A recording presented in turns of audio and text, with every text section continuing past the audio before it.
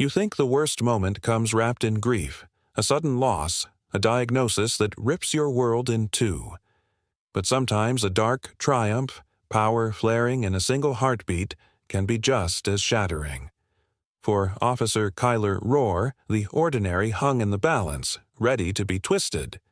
He gripped the tiny bagged powder like a trophy, believing it would close a case, lock away another problem. His target across the terminal wasn't a criminal fleeing justice. She was a calm black woman in a suit, someone he saw as a statistic, a name he could vanish. He thought he was planting drugs on a public enemy. He had no idea he was planting them on the most powerful law enforcement figure in the country. The terminal smelled of cigarette air freshener, burnt jet fumes, and the nervous sweat of thousands chasing planes. To Rohr, it shimmered, the scent of potential. He'd done this for years. He'd watch, intensify, pick a mark, and execute what he called a random screening. But random wasn't in the script. Rohr believed in control, in power, in the sick sport of targeting someone who couldn't defend themselves. His partner, Officer Ben Carter, still had idealistic lungs. He thought the badge meant protection. Rohr saw weakness, and he wore cynicism like a second uniform. Carter had followed him into the belly of Terminal 4 on rule and duty. Rohr followed fear and resentment. When he saw her, Carter barely registered. But to Rohr, she stood out. Serene amid the chaos with a navy blue suit that Rohr dismissed immediately. The suit meant arrogance, he thought. Too expensive. The woman was immaculate. Her tote, neat and plain, had heavy importance. He sent Carter to flank, throttling logic with his own prejudices. Carter glimpsed professionalism. Rohr called it camouflage. He declared her an insurgent disguised as business. Carter swallowed the discomfort. The coward's choice. They whisked her aside. She raised an eyebrow.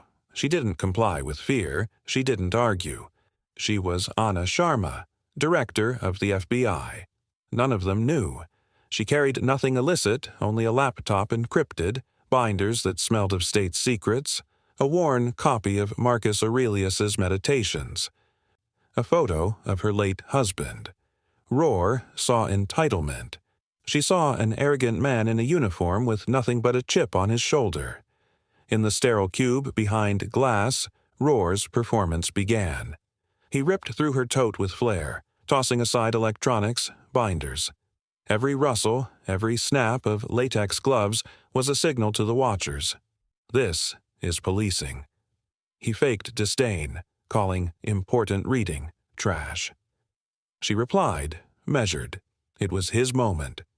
While his left hand displayed her professional life, his right slipped inside the tote, under the guise of searching. He rooted out that small bag of crystalline powder, fentanyl or some variation, pulled from evidence months ago. He presented it like he had found it. Carter's eyes widened. The passengers on the other side of the glass leaned in. Rohr basked in the applause of perception. He labeled her criminal. Carter almost believed. But something in Rohr's smirk twisted Carter's gut.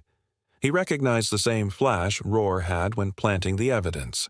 She did not scream. She did not curse. She watched. She let the lie breathe. She let it be planted. Then she spoke. Simple. Precise. That's not mine. No panic, just authority in each syllable. Rohr smirked, voice oily. Possession, with intent to distribute. Flight canceled. Central booking. Carter's hands shook. Shades of doubt bled his courage dry. She asked for a call. It wasn't a request. She was invoking rights. Rohr rolled his eyes. Carter called. The number she recited rattled through the speaker and was answered with clipped efficiency. Understood. She called with calm authority, invoked a code. I'm being unlawfully detained, narcotics planted. I need FBI Special Ops and Legal within 15 minutes. Carter's breath caught. Rohr stiffened. She was drawing lines in air. Carter regretted enlisting in terror. He felt small. The hallway trembled. Footsteps landed like judgment. Voices thundered. FBI! Everyone stay right where you are! Doors burst. Agents flooded in. Black suits and rifles. Behind them came Deputy Director Marcus Thorne. Business suit. Expression carved from obsidian. He marched in, focused first on her, uncaring about protocol in that moment. He unlocked her cuffs himself.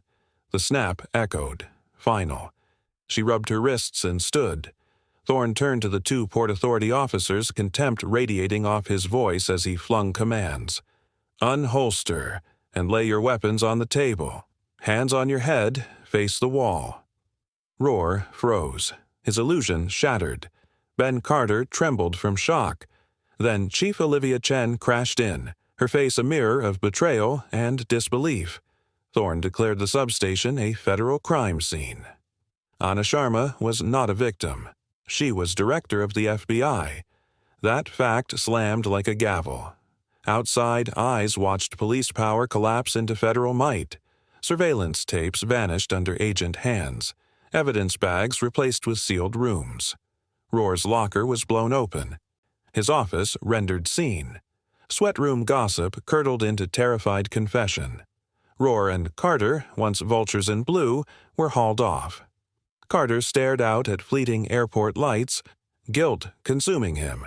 In a different seat, across town at 26 Federal Plaza, Carter sat in a cold room with steel table and sterile lights. Thorne and Assistant U.S. Attorney David Sterling entered. Carter learned the weight of conspiracy, of civil rights violations, of carrying false evidence. He was not lesser, he was complicit. At the right moment, Thorne offered him a deal. Cooperate fully, tell everything, minimal charge, minimal time. 2 years, maybe. Carter's reality shattered. Tears rained as he recalled the midnight stops, the sleight of hand, the stolen lives. He told stories. Heroin on a student's backpack, bombs made in evidence rooms, bail bonds extortion, laundering, the street sweepers network, names, Rohr, Greco, Finnegan, Cho, and Moretti. Rohr's victims, their faces burning on every word, souls lost. Back at the U.S. Attorney's press conference, Sterling announced a 27-count indictment. Racketeering, conspiracy, extortion, evidence tampering, civil rights violations, RICO charges typically reserved for mobs. Tearful survivors sat in the audience. Sterling's words carried fury. A man in uniform who turned it into a tool for hate and profit. He refused to name Anna Sharma, protocol, but the implication was clear to every network camera.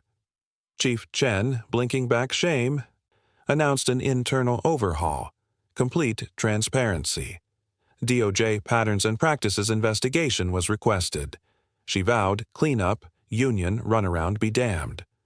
Rohr stood in orange at a federal hearing. Judge Allison Grant denied bail. Rohr looked around.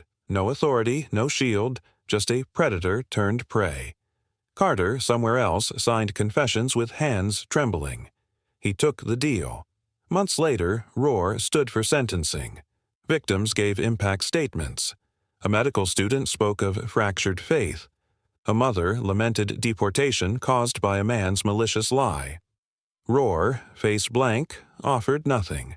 Judge Grant sentenced him to 30 years with no parole. The marshals led him away, doors slamming as power revoked. In a private plane above the Atlantic, Anna Sharma read the sentencing report by tablet. Justice served, but she felt sorrow for those who had no title to fight back. In her office overlooking the Washington Monument, she drafted a new initiative. Federal task force embedded in Civil Rights Division to proactively investigate police abuse and corruption. No waiting, no privilege, accountability now. She called Thorne. The storm didn't end. It was just beginning.